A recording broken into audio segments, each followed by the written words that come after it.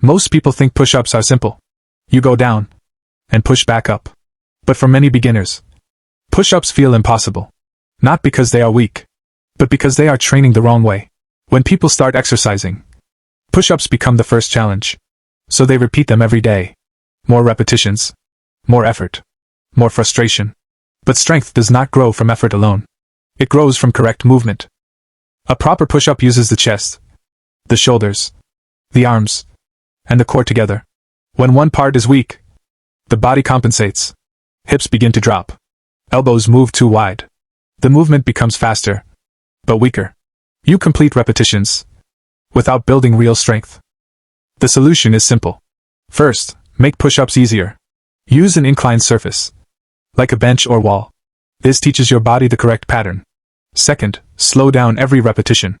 Lower your body with control. Pause briefly. Then push up steadily. Third, focus on quality. Push-ups were never meant to be easy. They are meant to teach control. If you struggle right now, you are not failing. You are learning. Fix the process, and strength will follow naturally.